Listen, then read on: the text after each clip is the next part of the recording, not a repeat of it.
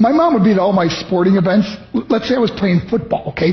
My mother would be on the sidelines, and if the play on the field started going one way, my mother would run along like, Mark, get him, get him! I'd be like, oh my gosh. I'd get in the huddle with the other guys. They go, Mark, is that your mother? I go, no, I never saw her before in my life. See, the greatest gift my mother ever gave me, she believed in me. I have overdosed on drugs on 3 occasions where I should have been dead. But I believe I was kept here for a reason. You show me your friends, I will show you your future. How do I know this? I hung out with losers, and I became the biggest loser of them all because I gave up everything I dreamt about as a little boy because of who I chose to surround myself with. My friends would drive me home at 2, 3, 4 in the morning. We'd be drunk and high, laughing in the car. We'd pull up in front of my house in New York. They go, Mark, the light's on. I go, oh man, my mother's up. See, my mom wouldn't go to bed until she knew her son was still alive. I'd walk in, she'd say, hi Mark, how was your night? I go, it was good, Mom, I'm just going to go to bed. She goes, can I talk to you for a minute? I go, Mom, I'm tired, I'm just going to go to bed. She goes, Mark, I haven't seen you all day and all night. Can I please talk to you? I said, man, just leave me alone. You bug me. I'd slam my bedroom door on the one person who believed in me. I was on a worldwide tour and we were wrestling overseas in Japan. After my wrestling match, I went upstairs in my hotel room and I fell asleep.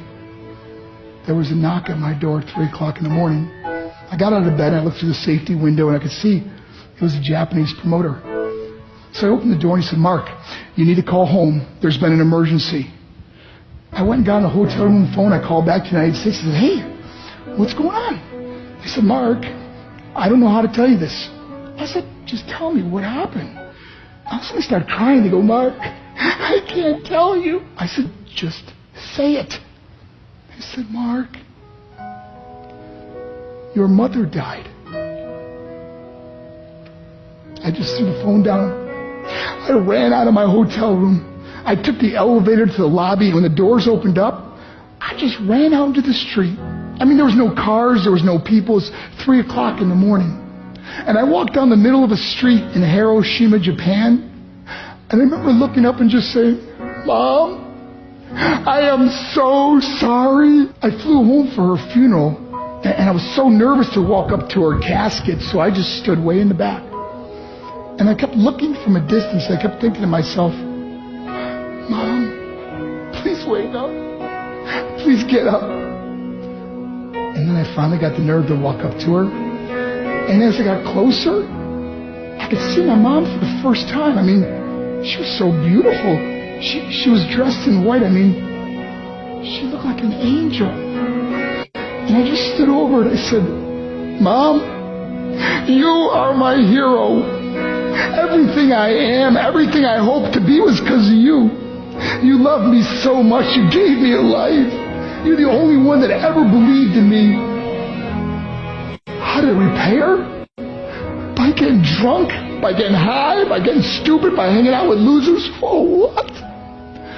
All she ever wanted to do was talk to me. I wish I could talk to you now, Mom.